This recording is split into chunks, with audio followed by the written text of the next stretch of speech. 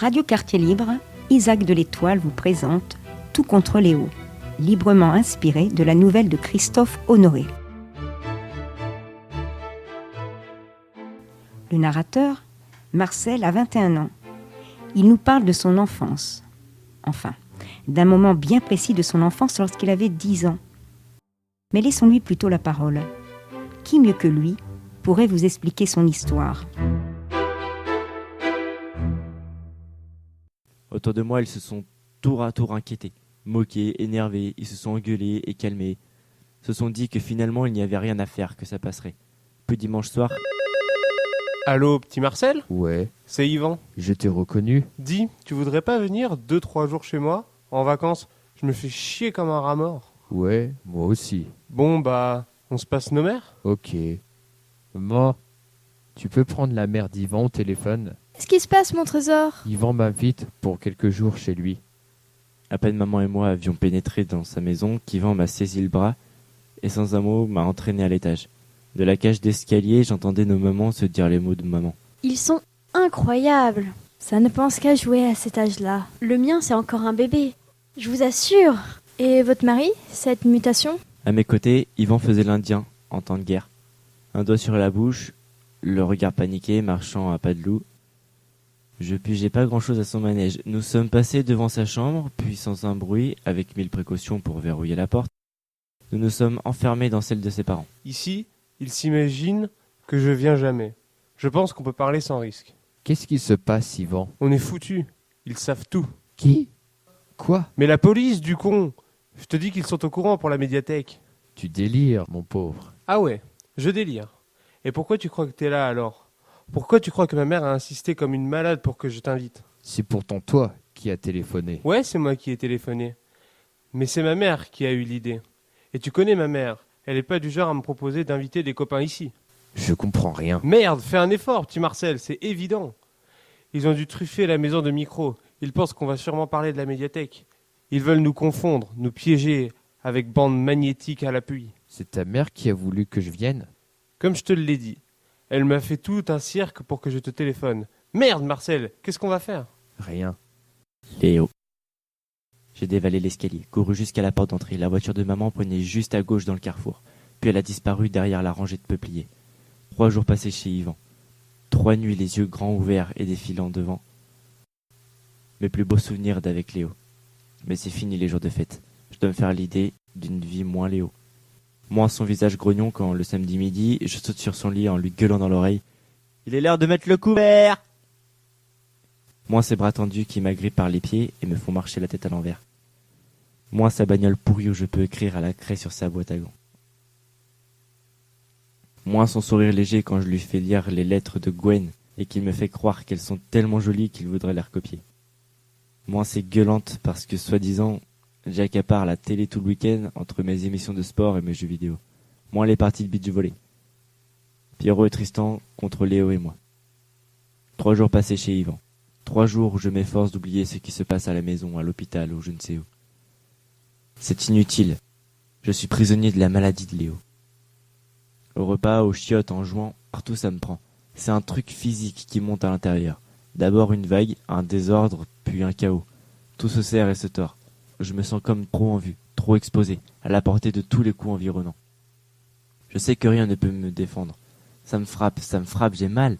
Pourtant ça ne m'atteint pas. Juste ça m'entame. Je sais que rien ne peut me détruire. De la peur, voilà ce qui me défie.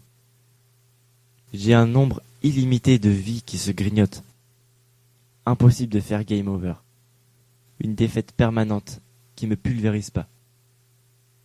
J'ai envie d'accident, de dernier assaut. Ras le cul de tressauter à chaque instant. De m'en retourner, de raisonner.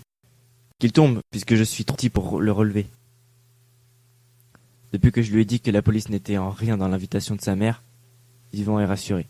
Il ne me chuchote plus à l'oreille comme au début. Il m'a juste demandé. Alors ? Pourquoi ? Pour raison familiale. Il n'a pas insisté. Il était trop soulagé par rapport à l'histoire de la médiathèque. Des micros et tout ça. Du coup, il n'arrête pas de déconner. Il tient une forme incroyable. Pas une seconde de repos. Connerie sur connerie. On te fout un de ces bordels dans le quartier, un vrai bonheur. Graine de crapule. qu'il nous a appelé le fermier d'à côté. On n'était pas peu fiers. Graines de crapule. Tout ça parce qu'on a explosé au pétard. Des mammouths calibre XXL, les bouses de ces chères petites vaches. Il l'a pas digéré le vieux. Nous, on s'en est pissé dessus de rire. On est revenu à la maison avec de la bouse de vache collée plein les cheveux. J'en puais comme j'ai jamais pué. Même le papa d'Ivan n'a pas pu s'empêcher de se marrer en nous voyant débarquer. Je l'aime bien le papa d'Ivan. Quand il me pique ma casquette des Suns, on dirait Steven Spielberg. En ce moment, nous sommes tout très Black Télécom. On en vient même à se lever au milieu de la nuit pour faire le coup de l'horloge parlante. Au 4e top, il est exactement 3h26. L'Intermarché de Nostreden vient de nous donner l'heure. À bientôt dans votre Intermarché de Nostreden. Quand on raconte, on est tellement impressionné par ce qu'on vient de faire qu'on file direct au Soli. C'est seulement un bon quart d'heure plus tard qu'on se met à rire comme des tarés. Yvan fait le dernier numéro. Il appuie sur la touche haut-parleur. Moi je fais le guet à la fenêtre au cas où sa mère débarquerait. Normalement à 3h de l'après-midi, on n'a rien à craindre. Il rigole déjà comme un débile ce con-là. C'est sûr, il serait incapable de garder son sérieux. La fille va lui raccrocher au nez. Adophile, ça s'appelle comme réseau. C'est genre magazine jeune et joli en interactif. Tu peux poser des questions ou dialoguer avec d'autres gens. On leur demande quoi, Yvan? 1. Comment on roule un palo? 2. À quel âge poussent les poils? 3. Est-ce que tu baises? Comme d'hab, quoi. Ouais. Pourquoi? T'as d'autres questions? Non, enfin, si. Tu sais que le fils de l'électricien, il a chopé le sida. Le frangin de la grosse Zabou? Putain, je lui fais plus la bise à celle-là. Tu le répètes pas, tu le promets? Arrête, c'est vachement dangereux. Faut prévenir tout le monde. Je tiens pas à être exterminé, moi. T'es con ou quoi? Je t'ai dit que c'est son frangin. Ouais, bah c'est pareil. Ça, tu sais, quand c'est rentré dans une famille. N'empêche, tu le répètes, t'es mort. Tu veux te faire Zabou ou quoi? Allô, oui, bonjour. J'aurais voulu savoir comment on fait un palo. Yvan regarde la télé au moins 30 fois plus que moi. Forcément, il sait des choses que je ne sais pas. Et, à quel âge poussent les poils? Tu veux te faire une fille dont le frère est un gros PD? Tu me déçois, petit Marcel. Il faut que je me mette à rire. Que je prenne ça à la légère. Il faut qu'il se doute de rien. Je lui arrache le téléphone des mains et je m'entends hurler. Est-ce que tu baises? J'ai aidé Yvan à mettre le couvert. Normalement, c'est chacun notre tour, mais bon. Vu la catastrophe de cet après-midi, je préfère me la jouer enfant modèle. Je coupe du pain d'avance. Pas trop, Marcel. Après, ça sèche et personne n'en mange. La maman d'Yvan n'a pas l'air trop en colère. Elle nous a même pas crié dessus. Juste, elle a dit qu'on ne se rendait pas compte que ces messageries coûtaient un argent fou. Qu'elle ne voulait plus voir Yvan toucher au téléphone. À moi, elle m'a demandé de surveiller mon vocabulaire. À table, je suis assis en face du père d'Yvan. Je suis sûr qu'il va me faire une blague bien gênante, genre truc sur ma prétendue précocité sexuelle. Rien qu'à l'idée, je me sens déjà rougir. Voilà, il tousse, il va prendre la parole. Attention, apnée. Le fils de l'électricien passait l'après-midi au poste. Qu'est-ce qu'il a fait? La médiathèque. C'est la mère Moisset qui a dit l'avoir vu traîner dans les parages le jour de la mise à sac. C'est pourtant pas un vandale, ce garçon. Et comment veux-tu prendre au sérieux ce que raconte la mère Miosek?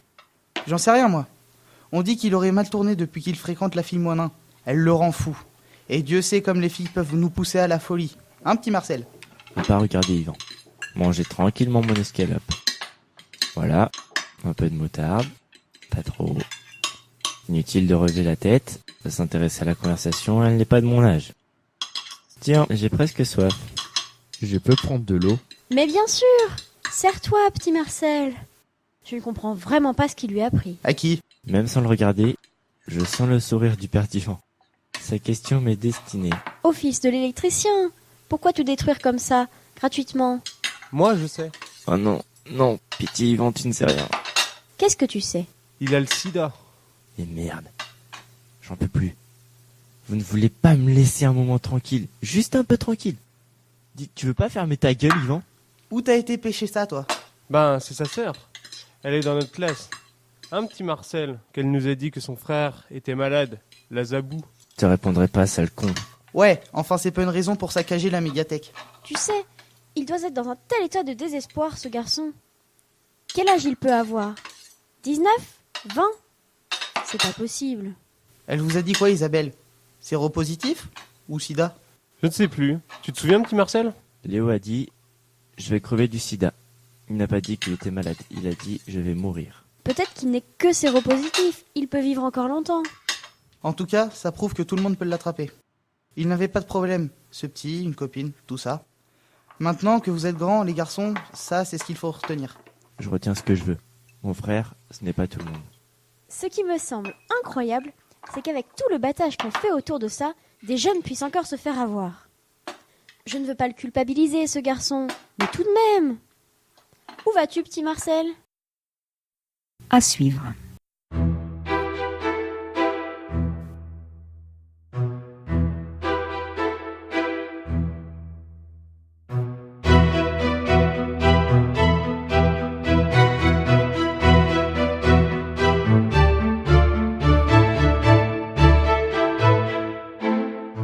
Vous venez d'entendre Tout contre Léo, adapté d'une nouvelle de Christophe Honoré, avec, par ordre d'apparition, Manoa, Alexandra, Tristan, Baptiste, un deuxième Baptiste, Tomili, Marthe, Erwan, Loïc, Clément, Anne-Sophie, Tom, Pierre, Anne, Duncan, Manon. Maryse a été chargée de vous accueillir comme il se doit durant les génériques. Les décors sont de Sam et Ludo Steam. La musique est de Clément. Quant à la mise en onde, elle a été assurée par la géniale équipe de Radio Quartier Libre.